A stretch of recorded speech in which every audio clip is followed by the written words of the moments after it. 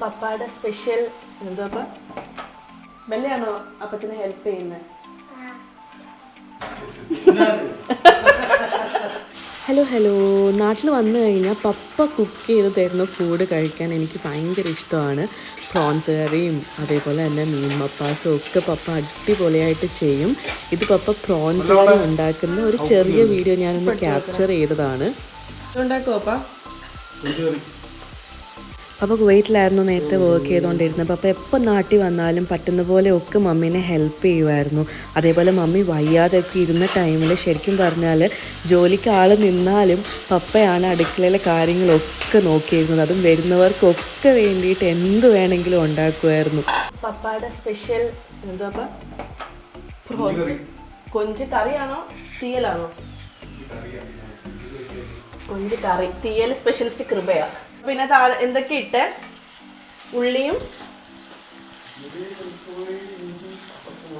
ഉള്ളി വെളുത്തുള്ളി ഇഞ്ചി പച്ചമുളക് ഇതിനകത്ത് ഇട്ട് എണ്ണയ്ക്കകത്തിട്ട് വഴട്ടി. പിന്നെ ഓൾറെഡി കൊഞ്ച് വേവിച്ച് വെച്ചല്ലേ? കൊഞ്ച് വേവിച്ച് വെച്ചിട്ടുണ്ട്. മസാല ഇടാനായിട്ട് പ്രിപ്പറേഷൻ ചെയ്തു. ബെല്ലയാണോ അപ്പച്ചനെ ഹെൽപ്പ് ചെയ്യുന്നത്?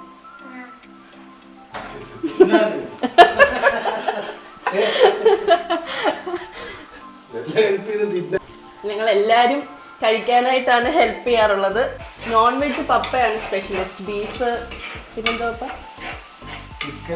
ചിക്കൻ മപ്പാസ്, മീൻ മപ്പാസ്, പന്നി സ്പെഷ്യലിസ്റ്റ് ആണ് പപ്പ. ഇതും വെക്കും, വെജും വെക്കും. സാമ്പാർ, അവിയൽ.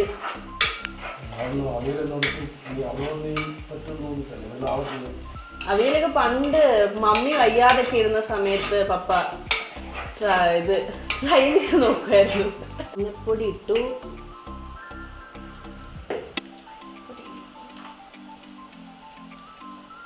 മുളക് പൊടി, ഇതെന്തോ മല്ലിപ്പൊടി,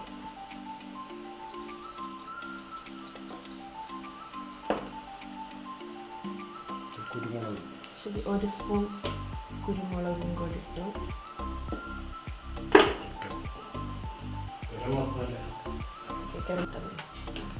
കുറച്ച് ഗരം മസാല.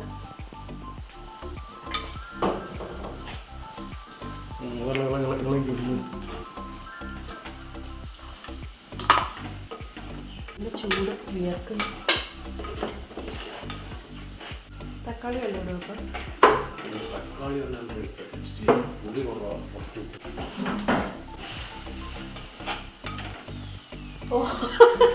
എന്റെ ഫാൻ വന്നു.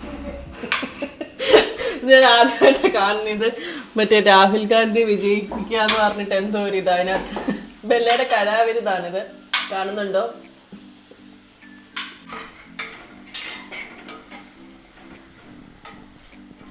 തക്കാളി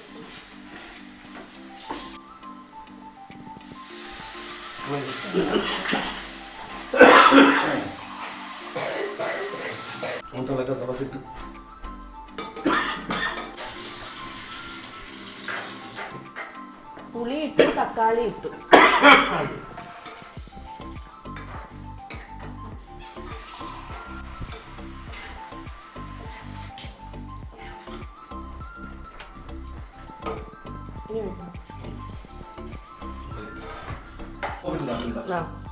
അല്ലാതെ കുഴപ്പമില്ല, എരിവും വലിയ കുഴപ്പമില്ല. ഇത് തിളച്ചിട്ടാണ് ഇതിടുന്നത്. മസാലയുടെ അത്ര എരിവൊന്നുമില്ല.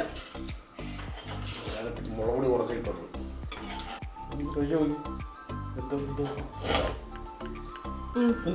എന്തോ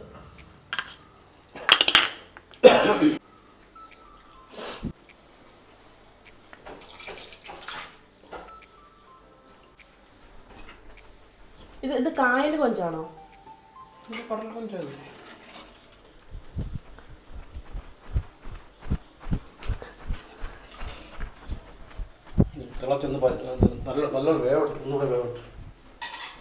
ഓൾറെഡി കൊഞ്ച് വെന്തതാ, എന്നാലും ഒന്നും കൂടെ ഒന്ന് മസാല പരലാനായിട്ട്, അല്ല മസാല ആവാനല്ലേ അത് പിടിക്കാനായിട്ട് കുറച്ച് നേരം കൂടി ഇട്ടിട്ട് അടച്ചു.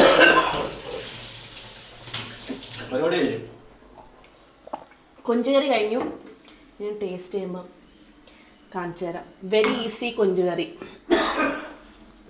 ആൻഡ് കൊഞ്ചുകറി റെഡിയായി. അതേപോലെ തന്നെ ഞാൻ ആ സമയത്ത് തന്നെ കുറച്ച് ചോറെടുത്ത് കഴിക്കാമെന്ന് വിചാരിച്ചു.